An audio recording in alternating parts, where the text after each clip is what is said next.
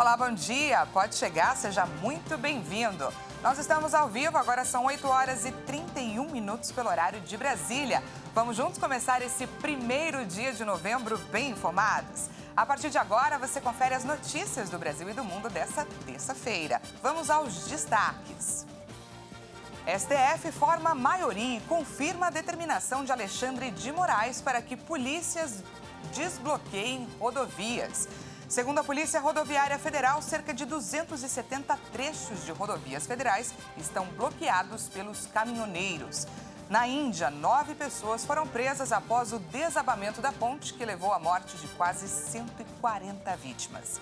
E a gente traz também uma reportagem especial com a modelo brasileira que escapou por minutos da tragédia em Seul, na Coreia do Sul. Tudo isso a partir de agora. A maioria do Supremo Tribunal Federal confirmou a determinação do ministro Alexandre de Moraes para que polícias desbloqueiem rodovias. O tema foi analisado no plenário virtual a pedido da Confederação Nacional dos Transportes e do vice-procurador-geral eleitoral. Vamos conferir.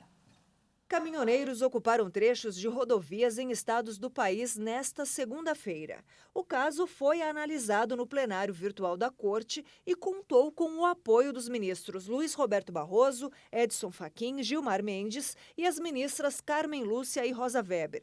Segundo Moraes, o bloqueio das rodovias é um abuso no exercício do direito constitucional, que acarreta efeitos negativos à sociedade, que depende da distribuição de produtos e serviços. A decisão individual de Moraes atendeu a pedidos da Confederação Nacional dos Transportes e do vice-procurador-geral eleitoral. O ministro ainda determinou que sejam imediatamente tomadas medidas pelas Polícias Rodoviária Federal e pelas respectivas polícias militares estaduais necessárias para a desobstrução de todas as vias públicas. O ministro também estipulou para o diretor da PRF, Silvinei Vasques, em caso de descumprimento da ordem, multa de R$100 mil por hora e eventual afastamento do cargo. Segundo a Polícia Rodoviária Federal, foram registrados na manhã desta terça-feira 271 bloqueios e interdições nas rodovias federais.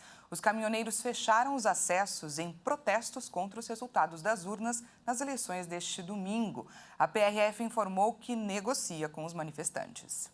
Ao menos 23 estados e o Distrito Federal sofrem com os protestos contra a vitória do Luiz Inácio Lula da Silva para a presidência da República.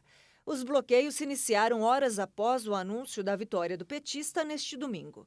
Foram registrados até a noite desta segunda-feira mais de 300 pontos de protestos nos seguintes estados: Bahia, Espírito Santo, Goiás, Minas Gerais, Mato Grosso do Sul, Pará, Paraná, Rio de Janeiro, Rondônia, Rio Grande do Sul, Santa Catarina, São Paulo, Tocantins, Amazonas, Acre, Roraima, Maranhão, Amapá, Paraíba, Piauí, Sergipe e Pernambuco.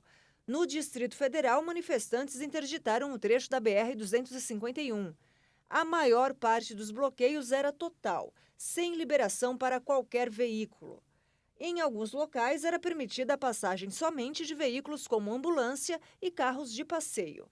A maior parte das estradas onde houve bloqueios era federal, mas também houve atos em rodovias estaduais.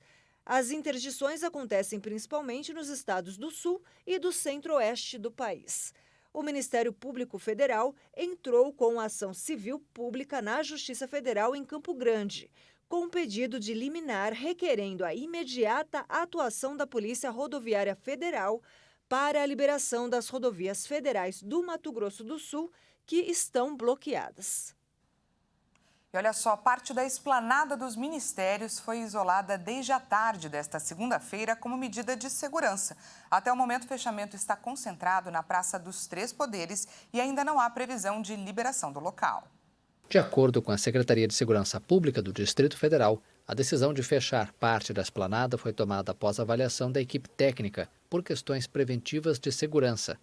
Por meio de nota, a pasta afirmou que a medida se deu após a identificação de possível ato marcado para o local feito por meio de redes sociais. Após o anúncio da vitória de Luiz Inácio Lula da Silva para a presidência da República, grupos de caminhoneiros protestam com bloqueios em rodovias. De acordo com vídeos publicados nas redes sociais, o protesto é contra o resultado da eleição. Ainda não há previsão de liberação da esplanada.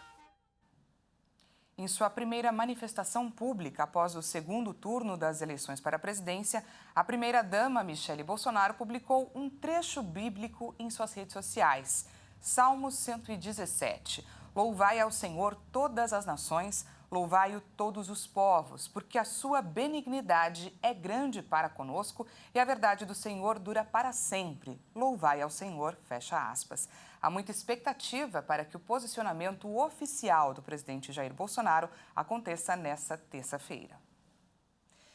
E o presidente da Argentina, Alberto Fernandes, veio a São Paulo ontem, onde almoçou com o presidente eleito Luiz Inácio Lula da Silva. Além de Fernandes, outros nomes importantes parabenizaram Lula pela sua vitória no pleito. Na tarde desta segunda, o perfil oficial de Alberto Fernandes no Twitter publicou um vídeo do encontro com Lula e manifestou ao petista amor, admiração e respeito. O resultado da eleição no Brasil foi celebrado pelo governante argentino, que também manifestou carinho e apreço pelo brasileiro. Na noite de domingo, pouco depois da confirmação da vitória, Fernandes já havia publicado uma mensagem ao petista. A vitória de Lula pode representar a retomada da relação bilateral com um importante parceiro comercial, após a posse do presidente eleito em 1º de janeiro de 2023. Fernandes disse também a uma rádio local que a Argentina e o Brasil respondem por um altíssimo nível de produto bruto sul-americano. Alguns líderes mundiais, como Joe Biden dos Estados Unidos, Volodymyr Zelensky da Ucrânia, Emmanuel Macron da França, Justin Trudeau do Canadá, Olaf Scholz da Alemanha, Rishi Sunak do Reino Unido também parabenizaram Lula pela vitória nas eleições. Mudando de assunto, o preço médio do litro da gasolina subiu pela terceira semana seguida nos postos de todo o país. Os dados da ANP dão sinais de estabilização nos preços dos combustíveis após semanas consecutivas de forte queda. Os dados da Agência Nacional do Petróleo, Gás Natural e Biocombustíveis apontaram que o preço médio do litro da gasolina vendido nos postos do país subiu pela terceira semana consecutiva. Na semana de 23 a 29 de outubro, o valor médio avançou de R$ 4,88 para R$ 4,91, uma alta de 0,6%. O aumento também foi percebido no litro do etanol hidratado, que passou de R$ 3,54 para R$ 3,63, um avanço de 2,54% na semana. Essa é a quarta alta seguida no preço do combustível após 5 meses de queda. Já o diesel teve uma queda sensível, de 0,45%. O preço médio do litro recuou de R$ 6,59 para R$ 6,56. Vale lembrar que a Petrobras pratica a paridade internacional como política para a composição de preços. O modelo determina que a estatal cobre, ao vender combustíveis para as distribuidoras brasileiras, os preços compatíveis com o que são praticados no exterior. Segundo os últimos cálculos da Associação Brasileira dos Importadores de Combustíveis, a ABICOM, o diesel está com uma defasagem média de 6% e a gasolina de 8%. Os preços dos combustíveis tiveram sucessivas quedas. Isso se dá por conta de um recuo nos preços do petróleo no mercado internacional, além do efeito da limitação do imposto sobre circulação de mercadorias e serviços, medida adotada pelos estados após sanção do projeto que criou um teto de 17% e 18%, dependendo da localidade, para o imposto sobre itens como diesel, gasolina, energia elétrica, comunicações e transporte coletivo, que passaram a ser classificados como essenciais e indispensáveis. Começa a valer nesta terça-feira a redução de 5% no preço do gás natural vendido para as distribuidoras pela Petrobras. O reajuste, que faz parte das atualizações trimestrais previstas nos contratos com as empresas, chega aos consumidores de forma diferente nos estados, a depender dos contratos de concessão firmados, e não atinge o gás de cozinha. E começa hoje um mutirão online para renegociação de dívidas com bancos. A repórter Maria Clara Leite traz para a gente mais detalhes de como aproveitar a oportunidade e conseguir condições especiais diretamente com o credor. Vamos conferir. Mutirão Nacional de Negociação de Dívidas e Orientação Financeira. Esse é o nome do evento que vai ajudar muita gente a reequilibrar suas finanças. Um evento em que todas as pessoas físicas com dívidas podem participar. Como? Basta acessar a página do Mutirão na internet, que é essa que está aparecendo na sua tela. meubolsoemdia.com.br. Lá tem todas as orientações sobre como negociar e também informações sobre educação financeira, inclusive com dicas para identificar o superendividamento. Os interessados terão acesso ao sistema do Banco Central com informações de dívidas com bancos e órgãos públicos, cheques devolvidos, contas, chaves Pix e operações de câmbio. Essa ação é promovida pela FEBRABAN, Federação Brasileira de Bancos, também pelo Banco Central, a Secretaria Nacional do Consumidor e PROCONs de todo o país, com a participação de mais de 160 instituições. Lembrando, então, que o mutirão começa nesta terça, dia 1º, e vai até o dia 30 de novembro.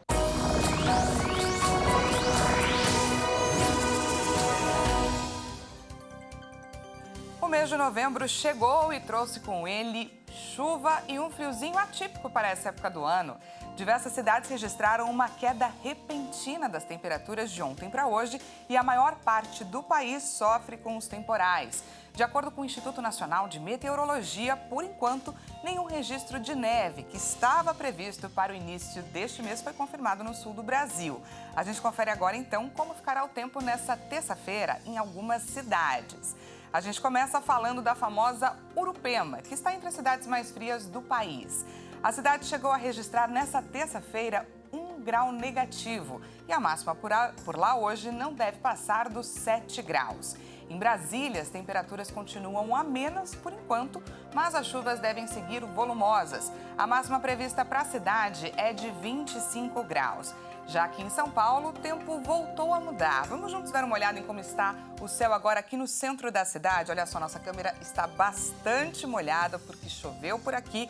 Agora, por enquanto, não chove, o sol tenta aparecer um pouco, mas diversos pontos da cidade registraram garoa no início dessa manhã. E o paulistano deve enfrentar um friozinho durante todo esse dia. A máxima na capital paulista não vai passar dos 18 graus. E veja a seguir. 9 pessoas foram presas na Índia após o desabamento da ponte que levou à morte de quase 140 vítimas. E a gente traz também uma reportagem especial com a modelo brasileira que escapou por minutos da tragédia em Seul, na Coreia do Sul. Nós voltamos já, não perca!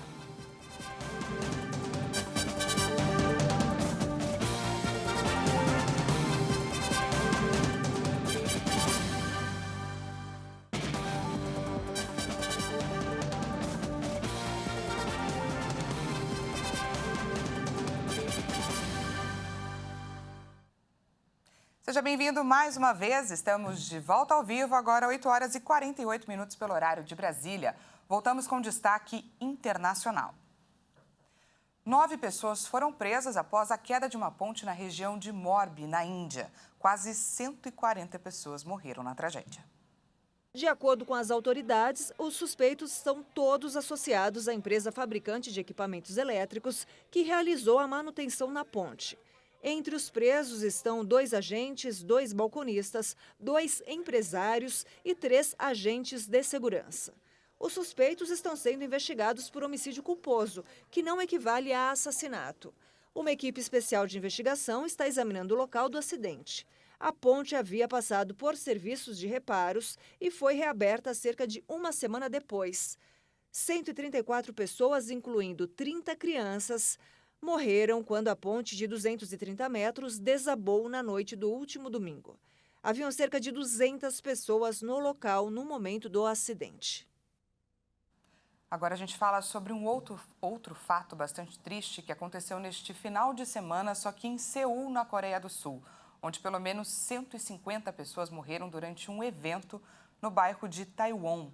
Uma modelo brasileira escapou por questão de minutos da tragédia e a nossa equipe de reportagem entrou em contato com ela, que contou detalhes sobre o tumulto. Em meio a tanta dor, o relato comovente de uma brasileira. Foi realmente um livramento, porque ano passado eu estava exatamente nesse local. Rebeca Câmara é modelo. Vive na Coreia do Sul há cerca de 3 anos.